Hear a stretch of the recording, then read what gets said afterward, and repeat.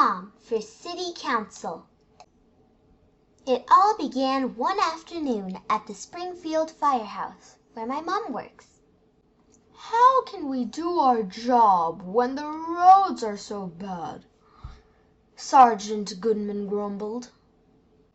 "You try talking to the city council," Chief McConnell replied. "They say there's no money in the budget for fixing the roads." "Then the budget needs to change," my mom declared. "I'm tired of our concerns being ignored or put off until later. Folks in this town rely on the fire department for help. We need a bridge over the river to help with traffic, and we need to fix the roads." That's when I looked up from my homework and decided to jump in. "Mom," I said, "you always tell me that instead of complaining about things, I should think about how to change them. How can you change these things?" My mom shook her head and sighed. "My job is to put out fires, Jasmine, not fix the roads." I looked down and read quietly to myself from my social studies textbook. At the local level, communities are governed by city councils. City councils make laws, plan major projects, and work to improve their communities. City council members are elected by local citizens to represent themselves and their needs. Suddenly, I had an idea. "What if you were on the city council, Mom?" I exclaimed. My mom laughed, but Chief McConnell rubbed his chin thoughtfully. "You know, she's right. We could use a voice like yours in there, Kyla," he said. "Passing laws, promoting safety, prioritizing the people's needs." My mom looked thoughtful. "I never really thought about it," she admitted. "Think about it now," Chief McConnell said, arching an eyebrow. A few weeks later, my mom and I took a trip down to Springfield City Hall. We asked the election official what Mom needed to do to run for city council. First, the official asked us where we live. "You see, Springfield is made up of 10 districts," she explained. "Each district is represented by one city council member." She pointed to a map. Our district, Ward 6, was in the western part of our city, near the river. "In order to run for your local seat, first you need to get your name on the official ballot." To do that, my mom and I had to gather 100 signatures from people who lived in Ward 6 before the end of the month. Luckily, my mom's firehouse is in our district, so she had plenty of local support.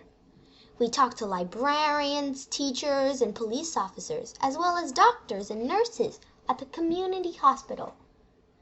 They all signed, and so did my mom's fire company, and our friends, family, and neighbors.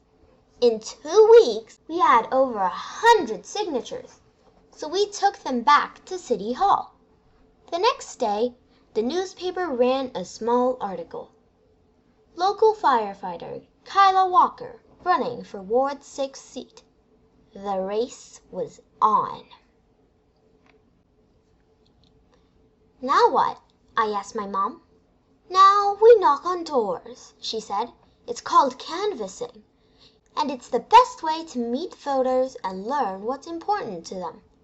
Hopefully, they'll get to know me too and will decide to vote for me," Mom explained. On our own block, Miss Molina told us how worried she was about our public schools. "My son's teachers has to buy her own classroom supplies," she said. "That's not right. Our schools should be better funded. After all, our kids are our future." In another neighborhood, an elderly man told us he was worried that Springfield was losing jobs. "When I was young, we had major businesses located here," he said. "Now my granddaughter is moving away to find work." Not everyone was helpful. Some people shut the door on us or refused to answer. By the end of the first few weeks, though, my mom had made a long list of local concerns. Just about everyone agreed that the current council member for Ward 6, Frank Laval, hadn't done much during the last 5 years to make things better. One doubtful woman looked right past my mom to ask me, "What's your mom going to do that's different? Politicians are all the same. Nothing ever changes, no matter who's in the office." "My mom's not a regular politician. She's a firefighter.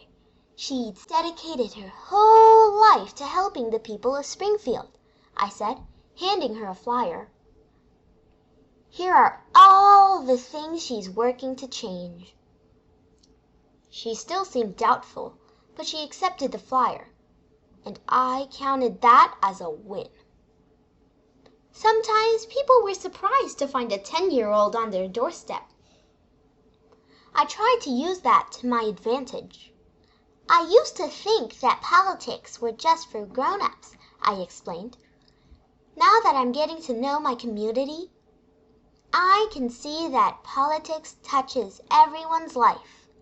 Everyone cares about something that a city council member can help with. That's why it matters to elect someone who cares too, like my mom, Kyla Walker."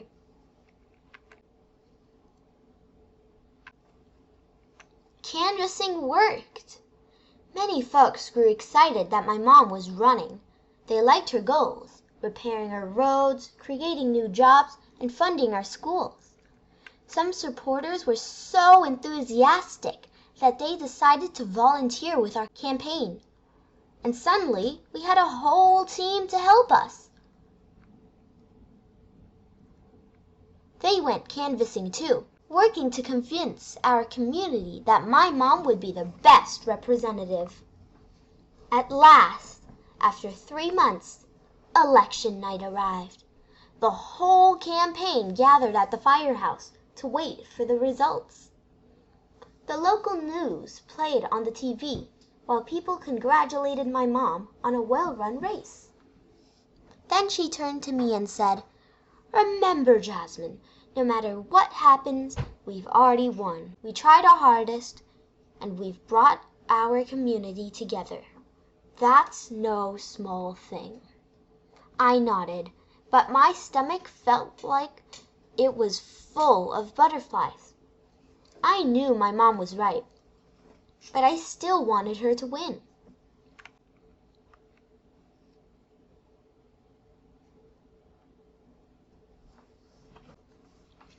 Finally, the news anchor cleared her throat and the room went silent.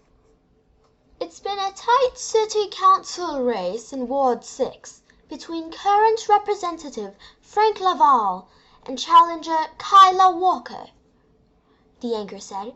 "The final ballots are in and the winner is—" The butterflies in my stomach went wild. "Kyla Walker!" "Mom, you did it! You did it! You won the race!" I shouted. "We did it," Mom said and swept me into an enormous hug. "I never could have done this without you, Jasmine." Then she stood up tall and turned to speak to the rest of the room.